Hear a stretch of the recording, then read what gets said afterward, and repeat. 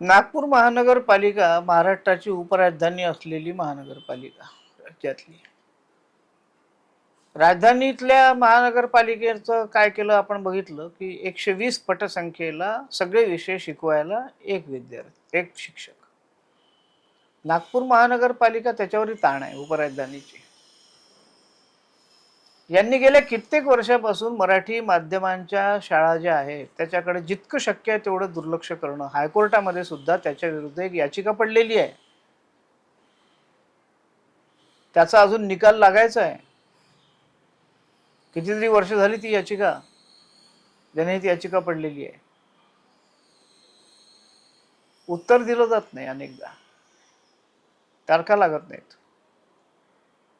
आणि मराठी माध्यमाच्या संबंधामध्ये त्याचं इंग्रजीकरण करणे, त्या माध्यमाचं याचा वेग जो आहे, नवी मुंबई महानगरपालिकेने तर आम्ही त्याचा भाषा सल्लागार समितीमध्ये दखलच घेतली की नर्सरीपासूनच इंग्रजी माध्यम करायचं आणि मराठी बंदच करून टाकायचं, माध्यमात नको.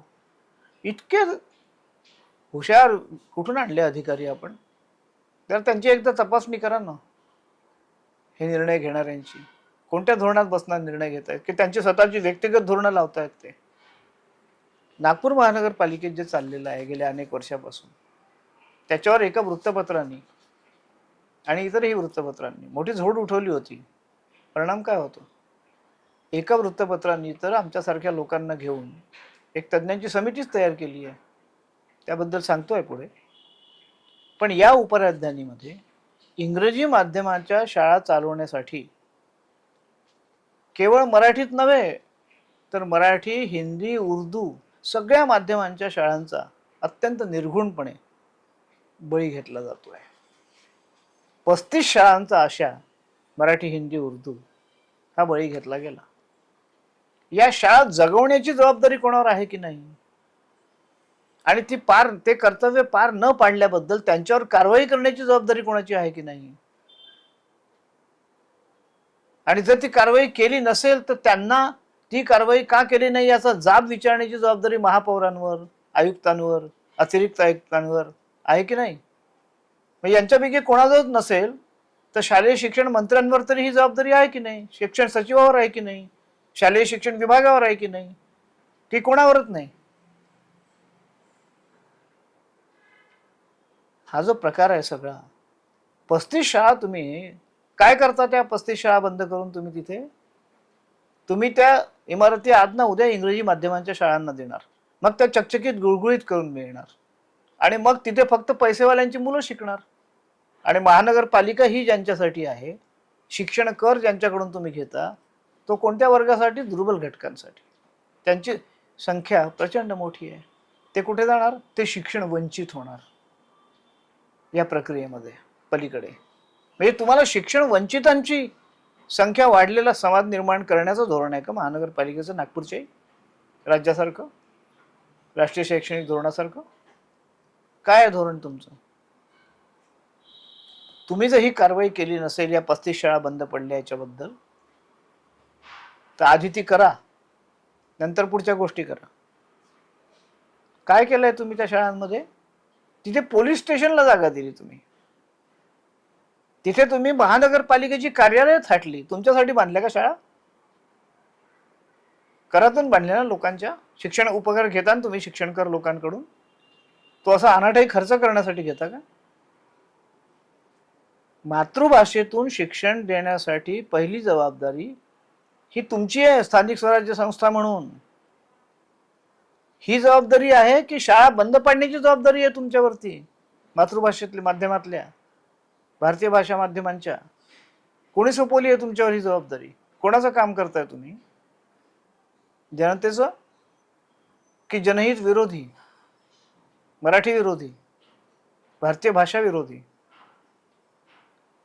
मुख्यमंत्र्यांचं लक्ष वेधूनही प्रत्येक गोष्टीकडे त्याच्याकडे दुर्लक्ष करण्याचा हा कोडगेपणा शासनात, प्रशासनात, अधिकाऱ्यांमध्ये कुठून येतो?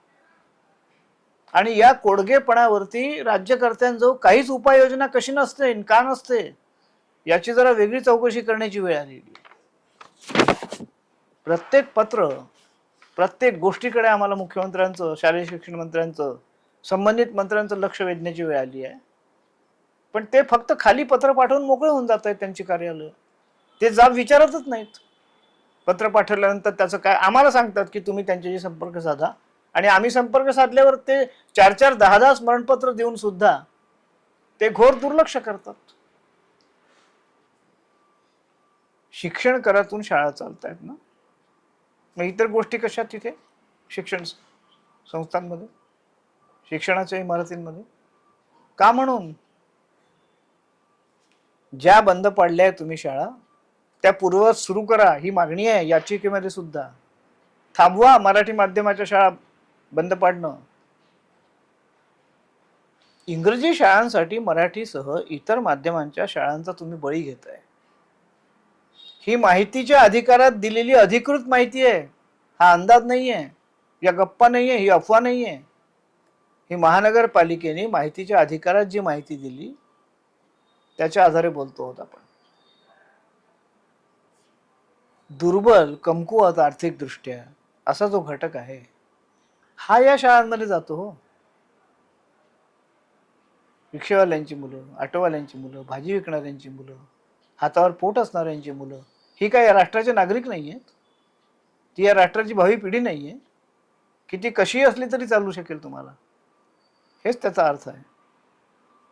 दुसरीकडे मगाशी म्हटल्याप्रमाणे 82% शिक्षक हे मातृभाषेमध्ये तुम्ही अप्रशिक्षित ठेवलेले आहेत. काय आहे हा कट? काय हे कारस्थान? अक्षम लोक निर्माण करण्याचा कारखाना चालवायचा आहे का राज्यामध्ये? नागपूर महानगरपालिकेचं तर शैक्षणिक धोरण हे जणू मराठी विरोधीच आहे अशी परिस्थिती निर्माण झाली आहे. कशासाठी चाललंय हे सगळं? हे तर लहान मुलाबाळांना कळतं आजकाल.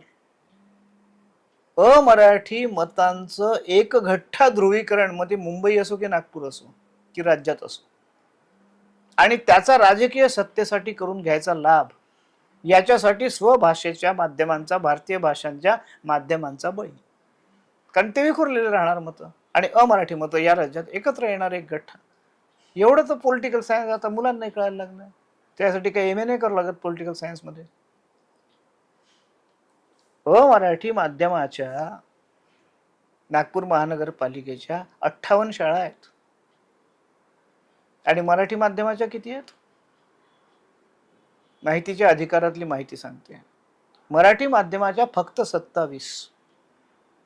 म्हणजे मराठी माध्यमांच्या शाळांपेक्षा दुप्पट संख्या, दुपटीहून अधिक ही अमराठी माध्यमाच्या शाळांची आहे. महाराष्ट्राच्या 12 कोटी मराठी जनतेच्या, मराठी राज्याच्या उपराजधानीतली ही स्थिती आहे. हे प्रमाण उलट असायला पाहिजे. हे जर 30-35 लाखाचं शहर आहे, तर या 35 लाखाच्या शहरामध्ये मराठी भाषिक अधिक आहेत की अमराठी भाषिक अधिक आहेत? की हिंदी, उर्दू, इंग्रजी भाषिक आहेत का कोणी इथे ज्यांची मातृभाषा इंग्रजी आहे? 7 शाळा तुम्ही फाउंडेशनला आकांक्षा दिल्या आहेत इंग्रजी माध्यमाच्या चालवायला. कोणाच्या घरात इंग्रजी बोलली जाते? कोणाची मुलं इंग्रजीत खेळतात?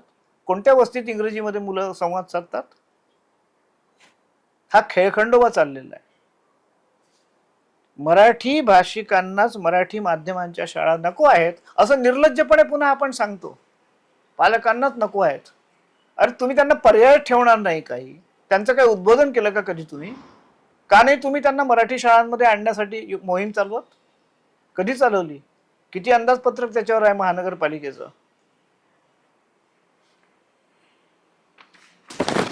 पालकांना वेठीला धरू नका, मुलांना तर मोहित धरू नका. वर्षभरापूर्वी आम्ही 12 ऑगस्ट 1925 एक पत्र लिहिलं होतं. वर्ष झाले त्याच्याकडे डुंकून पाहिलेलं नाही महानगरपालिकेने. आता 22 जून 26 त्याचं स्मरणपत्र दिलं या पार्श्वभूमीवर. त्या 2025च्या पत्रात नागपूर महानगरपालिकेचं आम्ही शैक्षणिक धोरण काय हे विचारलंय. त्यांची उद्दिष्ट काय धोरण या शिक्षणाची हे विचारलंय. ते द्या परत त्याची आम्हाला, म्हणून म्हटलंय. वर्ष झाले. शिक्षण हक्क कायदा येऊन आता 10-12 वर्ष होऊन गेली. हा कायदा आल्यापासूनची नागपुरातील मराठी माध्यमाची महानगरपालिकेच्या शाळांची स्थिती काय आहे याची कोणी तपासणी केली का? त्याची निवृत्त न्यायाधीशांच्या मार्फत चौकशी करा अशी आम्ही मागणी केलेली आहे त्या पत्रामध्ये वर्षभरापूर्वीच्या. कळू द्या आम्हाला काय आहे ते नेमकं, तुम्हालाही कळू द्या. शाळा बंद पडणे, शैक्षणिक गुणवत्ता जी आहे तिच्यामध्ये प्रचंड उणीव निर्माण होणे, मूलभूत सुविधांचा शाळांमध्ये अभाव असणे, शिक्षकांचा अभाव असणे, याची पाहणी कधी करून तुम्ही अहवाल दिला का? द्या. हे सगळं असताना तुम्ही पालकांना दोष देताय. अशा शाळांमध्ये पाठवणार आहेत का जिथे मूलभूत सुविधा नाही, जिथे शिक्षक नाही, जिथे एक शिक्षक सगळे विषय शिकवतोय? अशा शाळांमध्ये कशाला पाठवतील पालक आपले? ते पोटाला बिचारे फडकं बांधून पोरांसाठी वाटेल ते करतील, पैसा तयार करतील कुठून आणि शिकवतील. तसा समाज तुम्हाला घडवायचा आहे. का तुम्ही या गोष्टींकडे लक्ष देत नाही? यांच्याकडे लक्ष दिलं तर मराठी माध्यमांच्या शाळातून त्या बंद पडण्याची स्थितीच उद्भवणार नाही. पण तुम्ही तशी स्थिती उद्भवावी या पद्धतीने काम करताय. शैक्षणिक दर्जा, गुणवत्ता याचे महानगरपालिका म्हणून तुमचे काय निकष आहेत? आम्ही राज्यालाही विचारलंय, त्यांचे काय निकष आहेत? कशाला म्हणता नुसतं शब्द उच्चारले म्हणजे झालं का? गुणवत्तेचे पॅरामीटर्स काय, निकष काय, दर्जाचे तुमचे निकष काय, गुणवत्ता काय, आणि त्या आधारावर तुमच्या शाळा कुठे आहेत याची तपासणी तुम्ही कधी केली का? केली असेल तर द्या ना, कुठे आहेत अहवाल, ते मागतोय ना आम्ही. गुणवत्ता तपासणीची यंत्रणा तुमच्याकडे आहे का? उत्तर द्या, हो किंवा नाही. आणि काय करते मग ती यंत्रणा जर असेल तर? की नुसताच पगार देता त्या यंत्रणा तुम्ही क्वालिटी कंट्रोलचा? किंवा ती जे अहवाल देत असेल त्याच्या आधारावर तुम्ही काय निर्णय घेता? अहो, हे एज्युकेशनल ऑडिट झालं पाहिजे ना. ऑडिट म्हणजे काही फक्त पैशाचा खर्च नसतो. हे कोण करेल? शैक्षणिक गुणवत्तेचं आणि दर्जाचं ऑडिट, त्याचं अंकेक्षण. राज्याची शैक्षणिक संशोधन परिषद SCRT तिने किती वेळा याची तपासणी केली आहे? आम्ही म्हणतोय त्या गोष्टींची द्या त्याचे अहवाल. हे तर आम्ही राज्य शैक्षणिकला म्हटलंय, महानगरपालिकेला म्हटलंय. ती का नाही याच्याकडे लक्ष देत? आणि आता मराठी भाषा धोरणाच्या अंतर्गत प्रत्येक जिल्ह्याला मराठी समिती आहे. आम्ही जे मुद्दे मांडतो आहोत या जिल्हा मराठी समितीने यातले किती मुद्दे आतापर्यंत मांडले?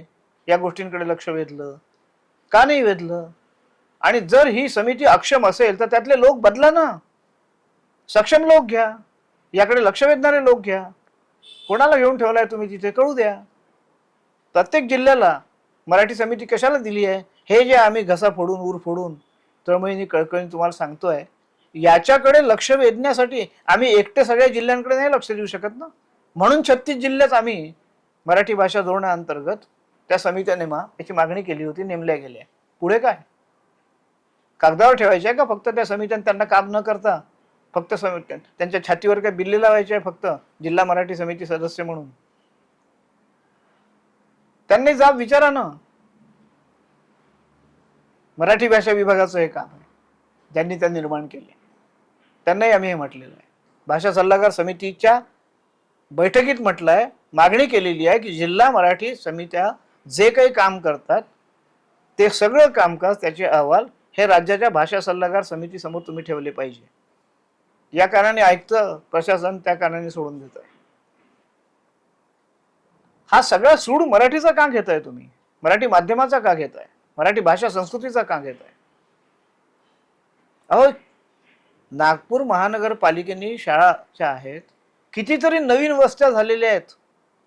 या नवीन वस्त्यांमध्ये महानगरपालिकेने किती शाळा उघडल्या हे आम्ही विचारलंय 2025च्या पत्रात. उत्तर नाही. उघडल्यात नसतील तर काय उत्तर द्याल तुम्ही? पण तुम्हाला उत्तरच द्यायचं नसतं, हा पुन्हा वेगळाच मुद्दा आहे. किती उघडल्या? आमच्या त्या पत्रानंतर एकच फक्त घडलं, ते म्हणजे वैष्णवी नावाच्या एक अतिशय संवेदनशील अधिकारी, अतिरिक्त आयुक्त इथे आहेत. त्यांनी अतिशय आस्थेने आम्हाला बोलावून त्या पत्राच्या मुद्द्यांच्या संबंधात चर्चा केली आणि आम्हाला आश्वासन दिलं की संबंधित शिक्षणाधिकारी आणि सगळे जे संबंधित लोक आहेत, यंत्रणा आहे, त्यांची आणि तुमची याच बाजूच्या सभागृहात आपण एक बैठक घेऊ. वर्ष झाले अतिरिक्त आयुक्तांना आजपर्यंत ही बैठक घ्यायला वेळ मिळालेला नाही. त्यांच्या स्मरणात तरी आहे की नाही की विस्मरणात गेलाय, म्हणून आम्ही 22 जून 26ला पत्र लिहून त्यांना 2025चं पत्र सोबत जोडून आठवण करून दिली आहे की वर्ष झाले पण यात काही घडलेलं नाही. संबंधितांची ही बैठक अजून झालेली नाही. तुम्ही नुसती तोंडाला पानं पुसताय का आमची? अहो, प्रत्येक मराठी भाषिक हा मराठीचा राजदूत आहे. आम्ही ज्या पद्धतीने ज्या जाणीवेने प्रश्न उपस्थित करतो आहे, हे शिक्षक संघटनांनी करायचे आहेत, जनप्रतिनिधींनी करायचे आहेत, हे आपल्या नगरसेवकांनी करायचे आहेत. का करत नाहीत ते? हे आपण त्यांना विचारायचं आहे. त्यांच्या घरी जाऊन जातो का आपण? विचारतो का? आपणही तितकेच बेजबाबदार आहोत. आपला बेजबाबदारपणा आधी आपण दूर सारला पाहिजे. धन्यवाद.